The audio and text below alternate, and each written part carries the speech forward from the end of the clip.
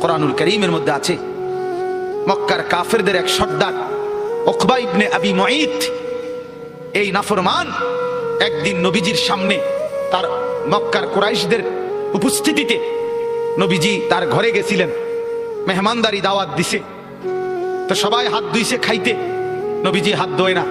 উকবা বলতেছে, মুহাম্মদ হাত ধুচ্ছ না কেন? নবী বলে, চাচা আমি হাত ধুইব না, খাবার নেব না যদি আপনি কালেমা না পড়েন। উকবা বলে, হায় মুহাম্মদ, তুমি তো আমার আটকায় দিলা, এখন যদি মেহমান ফিরাই দেই তোমাকে, তাহলে গোটা মক্কায় ছিচি পড়বে, সর্দারের ঘর থেকে মেহমান না খেয়ে চলে গেছে, এটা তো আমি সইতে পারি না, যাও কালেমা পড়ে নিলাম। কালেমা পড়ছে, পরে নবীজি খানা খাইছে, নবীজি চলে গেছে।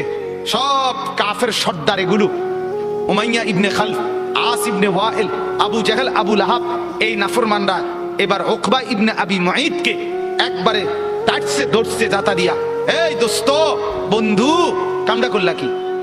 কি একসাথে বন্ধুত্ব, একসাথে চলি ফিরি, আজকে এত বছর একসাথে বন খাই, একসাথে বিড়ি খাই, একসাথে গপ মারি, একসাথে মানুষের বেড়িতে দিকে ফিসে ফিসে হাঁটি, আজ এতদিনের সম্পর্ক আমরা সব সিটারি একলগে করি, সব বাটফারি একলগে করি, তুমি কামটা কি করলা?